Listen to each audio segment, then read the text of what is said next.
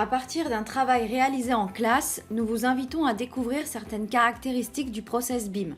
Nous prendrons comme support la construction d'un chalet.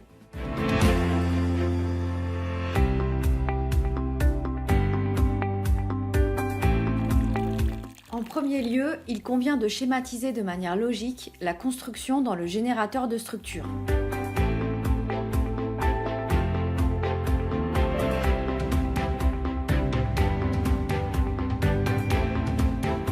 Comme vous le constatez, nous retrouvons une hiérarchie sous forme de répertoire. Ici, nous avons opté pour l'organisation suivante.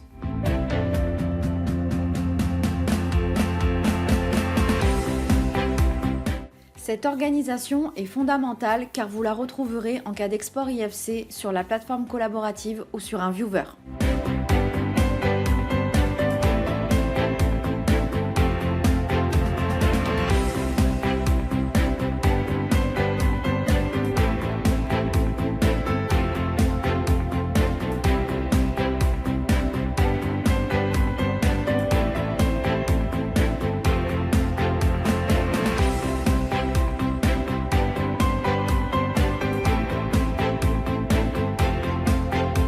L'utilisation des bons outils est un point qu'il convient de souligner.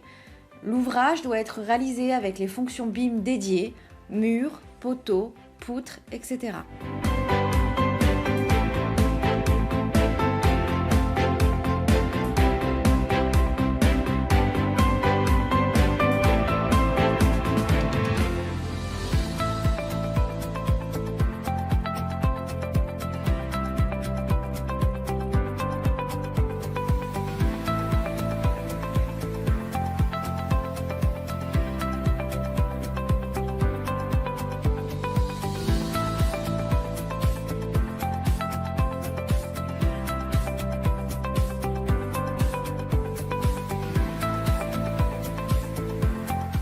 Comme vous le constatez, nous avons attribué des niveaux de référence à la construction. Ceux-ci décomposent l'ouvrage en 5 parties: fondation, soubassement, sous-sol, rez-de-chaussée et étage sous comble. Lors d'un travail collaboratif, le géoréférencement X, Y, Z des maquettes est un élément capital car on évolue dans un espace cartésien tridimensionnel.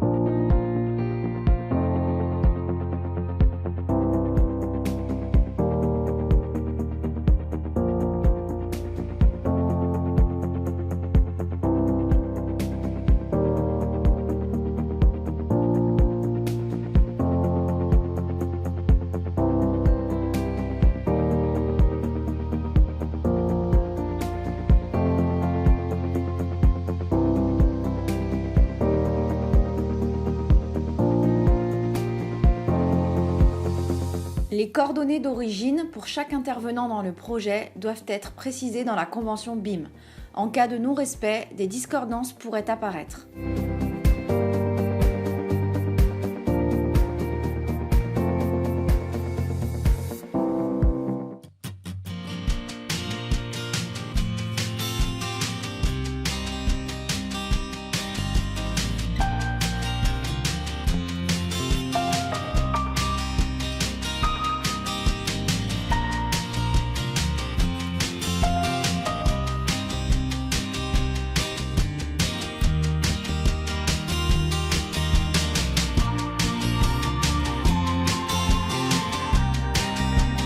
Pour la modélisation de ce chalet, nous avons procédé de 2 manières totalement différentes. Pour l'infrastructure, nous avons utilisé les fonctions standards du programme que nous venons de voir: fondation, dalle, mur, poteau, poutre.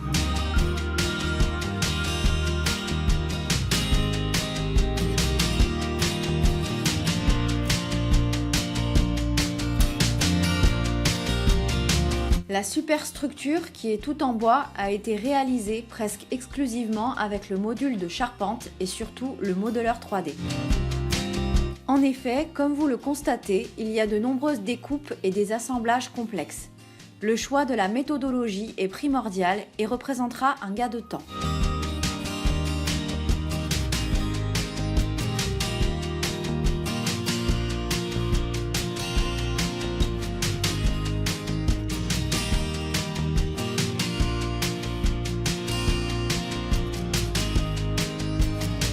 Pour pouvoir quantifier tous ces éléments, vous devez impérativement fixer des attributs aux différents objets. Tout type de quantitatifs sont envisageables.